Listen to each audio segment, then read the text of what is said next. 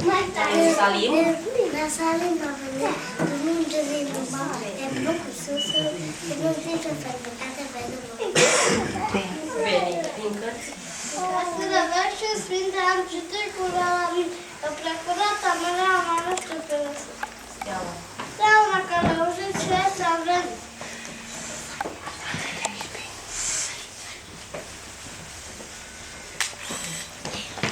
Dragii mei, eu sunt Tirol, împărat peste noroc. De voi când am auzit că la pala v-am făcut. La fel cum aș vrea ce știu că această stea. Când se naște Mesia.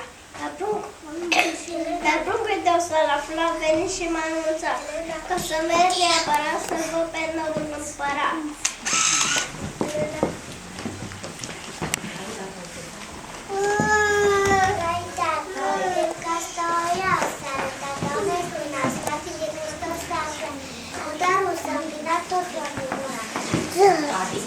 Nu trebuia culinar până putea la mașină de chidat, cu ochi, dar îi dăm, au bine, ne mântuitoșe.